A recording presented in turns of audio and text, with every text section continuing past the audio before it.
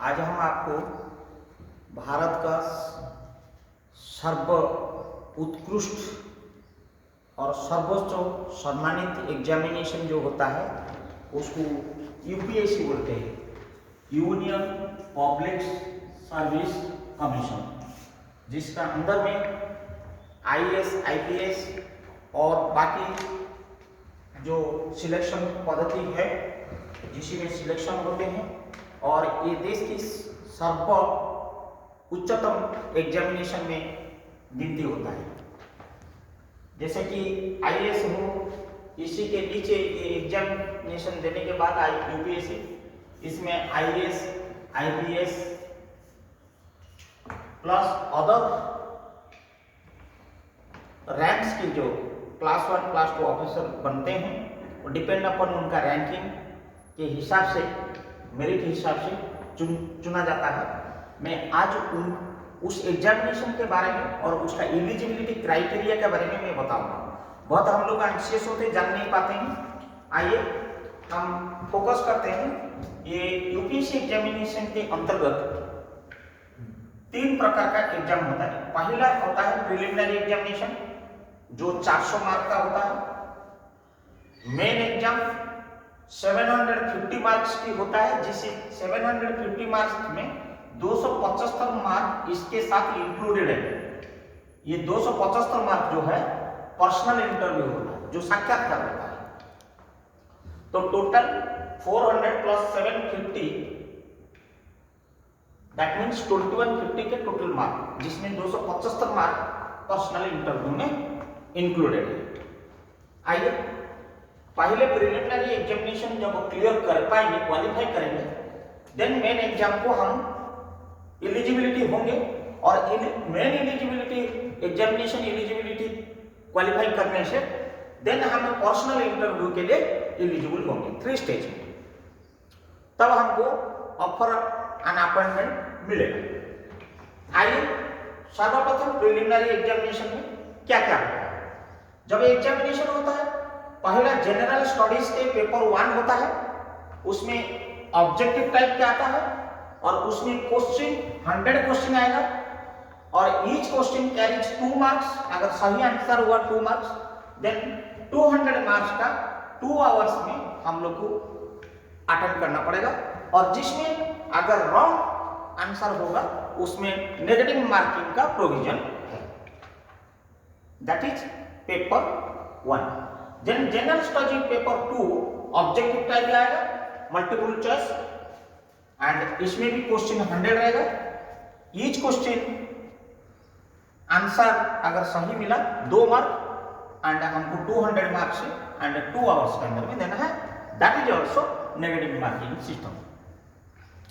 अगर ये 400 मार्क्स से हम एलिजिबल हो गया, देन हम लोग आते हैं मेन एग्जाम पे। We are eligible for main examinations. Then question is आ रहा है मेन एग्जाम में कितनी मार्क्स क्या क्या पेपर में है वो जानना बहुत जरूरी है। Paper A compulsory Indian language, आपका जो भी लैंग्वेज, ऑफिशियल लैंग्वेज जो आप चुन सकते हैं, that is 300 marks 3 hours theoretical. Paper B English 300 marks 3 hours.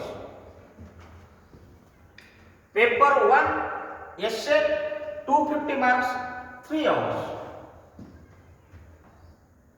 General study paper 1 250 marks 3 hours. General study paper 2 250 marks 3 hours. General study paper 3 250 marks 3 hours. Clear? Now paper 4 general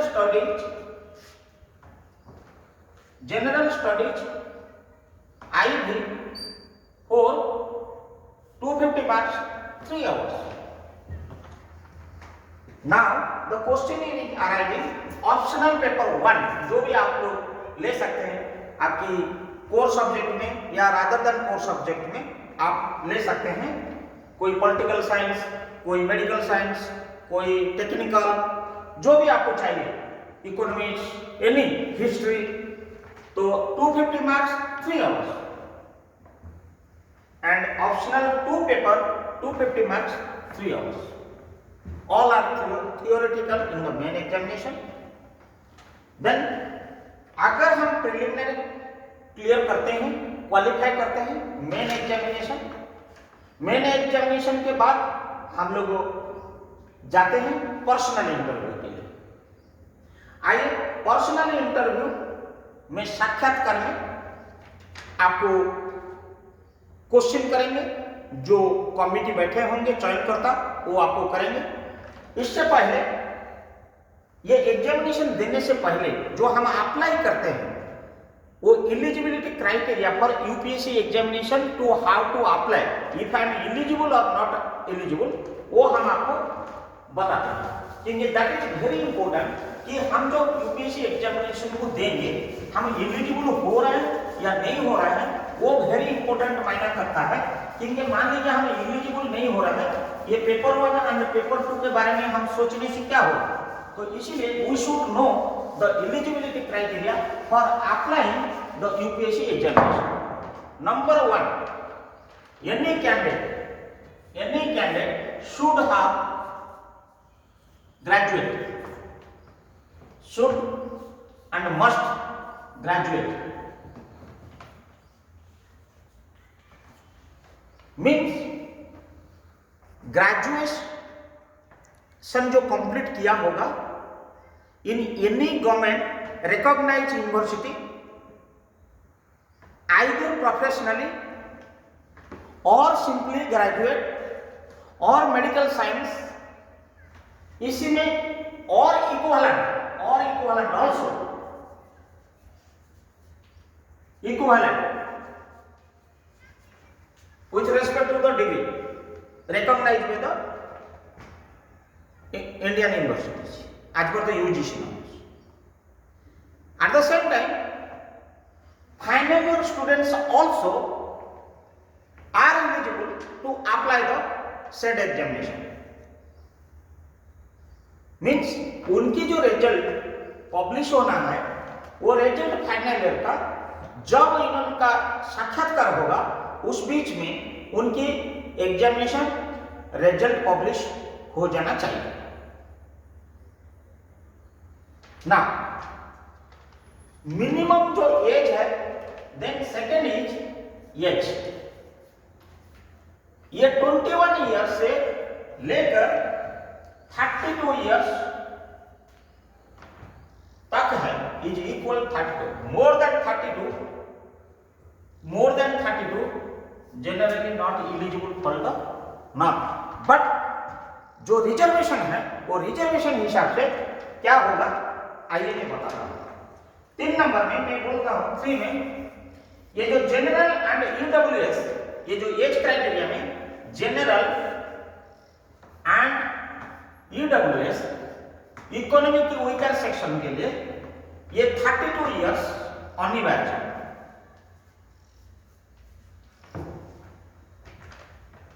and 5 attempt, ये 32 साल के अंदर में 5 attempts, they are 5 attempts, 5 बार उन लोग दे सकते हैं. Similarly OBC जो है 32 years plus relaxation of 3 years plus 9 attempts. देख लीजिए जनरल एंड ईडब्ल्यूएस के लिए 32 इयर्स मैक्सिमम, और वो 32 इयर्स के अंदर में 5 अटेम्प्ट्स वो दे सकता है. Whereas OBC subject to the production of the certificate 32 years plus 3 years, I mean 35 years के अंदर में वो 9 अटेम्प्ट्स दे सकता है. देन एससी एसटी कैटेगरी के लिए आपको 32 इयर्स ये 3 इयर्स की जगह में ये 5 इयर्स एंड अटेंडेज unlimited means 32 plus 5 I mean 37 years के अंदर में उनका कितना भी अटेम्प्ट वो 21 साल एज से दे सकता है। अगर मान लीजिए कोई भी कैंडिडेट 21 जनरल कैंडिडेट 32 होने तक 21 साल के उम्र से अगर वो अटेम्प्ट करता है 5 बार देगा। अगर 21 साल उम्र में अगर कोई ओबीसी कैंडिडेट माने 35 इयर्स के अंदर में 9 अटेम्प्ट देगा, whereas SC/ST कैंडिडेट अनलिमिटेड देते रहेगा 21 साल से लेकर 37 इयर्स तक। ये क्लियर ना? अभी आप आइए फिजिकल डिजेबिलिटी। आपका फिजिकल डिजेबिलिटी के बारे में हम बताते हैं। Next is physical disability. Physical disability इनको क्या है? They will be also 32 years plus 10 years. ये फिजिकल डिजेबिलिटी जो है ये इसमें क्या है? अंतर्गत है general, OBC, person with benchmarks of disability and EWS. ये सब कैटेगरी जो है इसके अंदर में इन लोगों 9 अटेम्प्ट्स तक दे सकते हैं। What is that? 32 years plus 10 years 42 years category of general, OBC, EWS उनको 9 अटेम्प्ट्स तक दे सकता है at the age of 21 years से। Whereas अगर physical disability belong to SC and ST उनके लिए 32 इयर्स प्लस 10 इयर्स रहेगा, बट उनको अटेम्प्ट्स अनलिमिटेड रहेगा।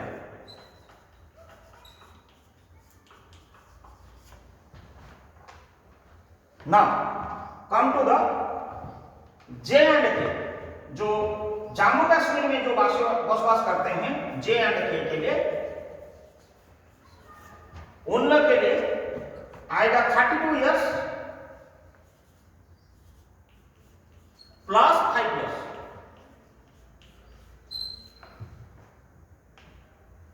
Plus 3 years if it is they are belongs to OBC or 5 years for SC/ST।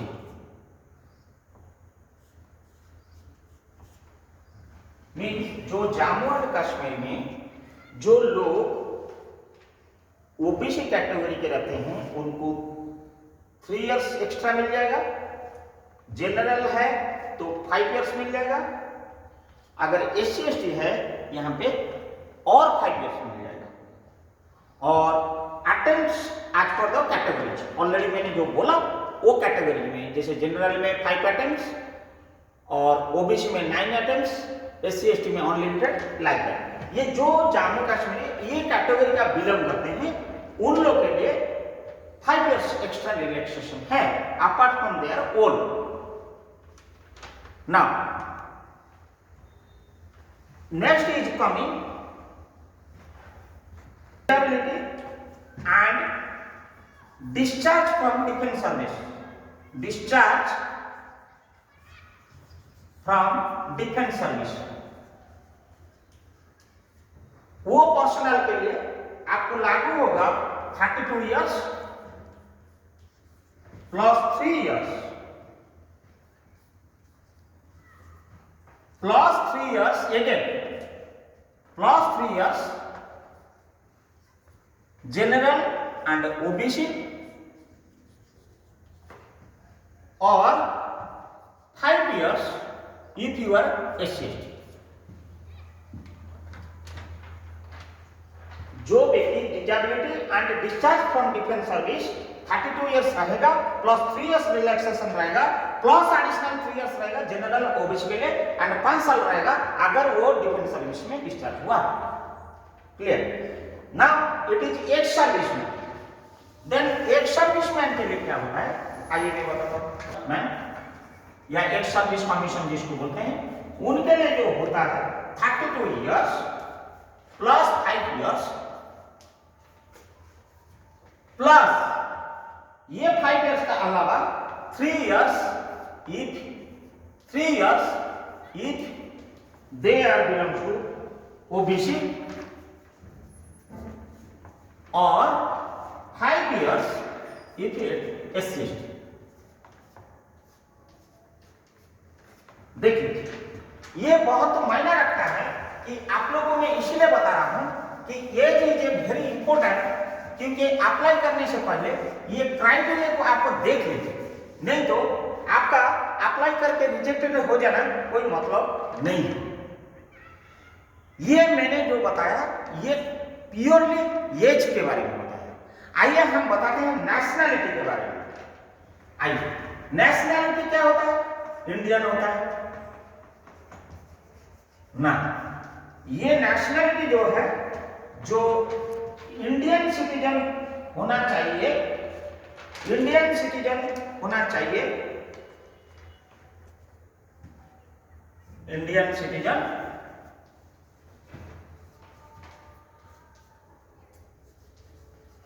ये Indian citizen जो होए exclusively for IAS plus IPS के लिए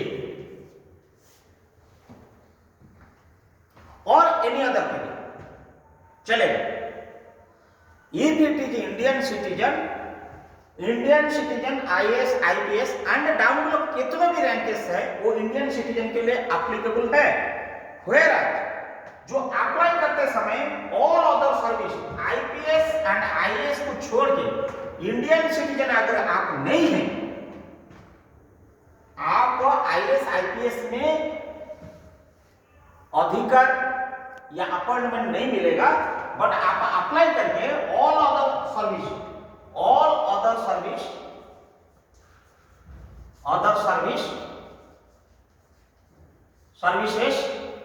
एक्सेप्ट आईएएस एंड आईपीएस कौन कौन है उसमें? जो ऑल अदर सर्विस में either from Nepal, Bhutan, Tibet refugee who came to India before 1st January 1962 intending to settle in India permanently, all other service के लिए। नंबर 1 ये person of Indian origin who is migrated from Pakistan, Burma, Sri Lanka, East Africa countries like Kenya, Uganda, the United Republic of Tanzania, Zambia, Malawi, Ethiopia, Zaire, Vietnam, intending to settle in India permanently. All other servicemen, all should be furnished certificate of the eligibility issued by the government of India. अगर at the time of applying, if they don't have the certificate, but before issuing the appointment offer, they have to produce must and compulsory that certificate issued by the government of India. But those candidates are not eligible for IAS and IPS.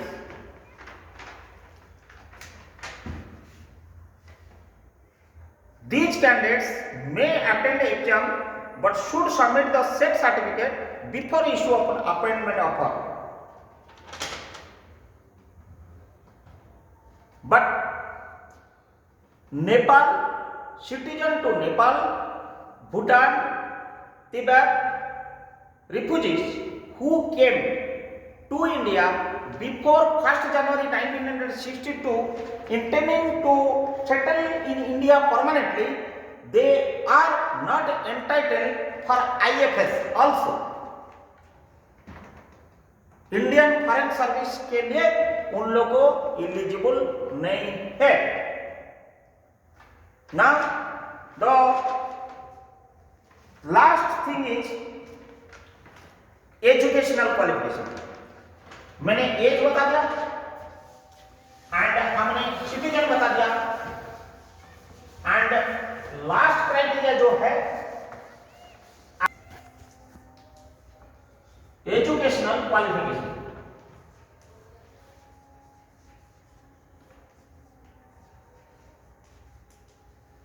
That is very important. I am reading out the educational qualifications. Already I told the nationality and eligibility criteria. Also I explained about your nationality. Now the important factor is educational qualification for which we are eligible or not for the applying the UPSC examination. First, the candidate should have a degree from government recognized university or possesses equivalent qualifications. Either they have the degree or any equivalent. Candidates who are in the final year or awaiting the result are also eligible, but the result should be produced at the time of a main examination.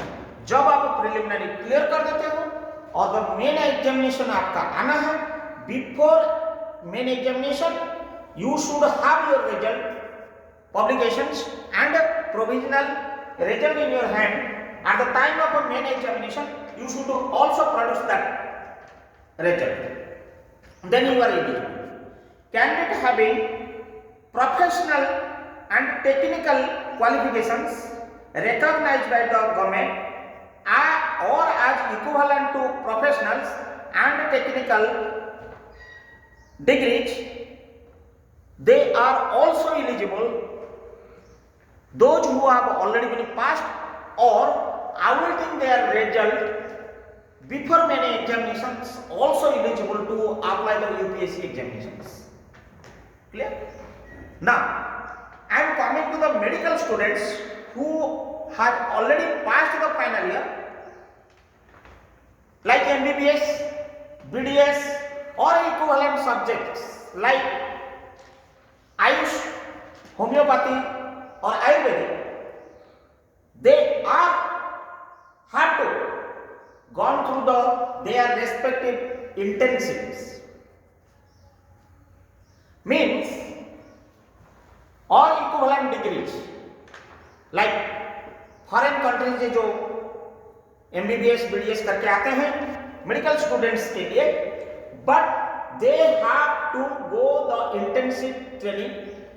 अगर उन्होंने intensive training certificate हासिल नहीं किया but उनको appearances to be कि मेरा exam intensive खत्म हो जाएगा मेन एग्जामिनेशन पहले, then they are eligible to apply the UPSC examinations. All the time main examination intensive certificate is to be produced. All the candidates, those who have applied final year में complete हो गया medical student की, final year में है और उनका degree का final exam खत्म हो चुका है, बट जो इंटेंसिव चल रहा है 1 ईयर की या 6 मंथ की, जो भी उनकी नॉर्म्स है चल रहा है अंडरगोइंग, उन मेन एग्जामिनेशन पहले उनको ये इंटेंसिव खत्म हो जाना चाहिए, it should be clear, then they are eligible to apply the UPSC examinations. इसका अलावा जो और एक पॉइंट है, statutory documents like whether you belongs to Indian citizen or not, that is domicile certificate, mandatory certificate, your address proof and your educational qualifications, reservation certificates duly issued by the competent authorities, J&K certificates, ex-serviceman certificates, whatever the categories certificates is statutory and mandatory. And the latest certificate is to be uploaded along with photographs, and also the apply करने के समय में आपकी जो fees रहेगा, processing fees रहेगा, वो fees is mandatory, either net banking, debit card, Paytm और whatever the mode may be, that application processing fees is to be deposited as per the norms of the UPSC. जिसको जितनी category आई में, किसको exempted हो सकता है, नहीं हो सकता है, किसी कैटेगरी की क्या है, that is should and must. अगर आपने वो फीस प्रोसेसिंग नहीं किया एंड फाइनल सबमिट नहीं किया with your digital signature and photographs, then you are not eligible to submit that UPSC examination applications.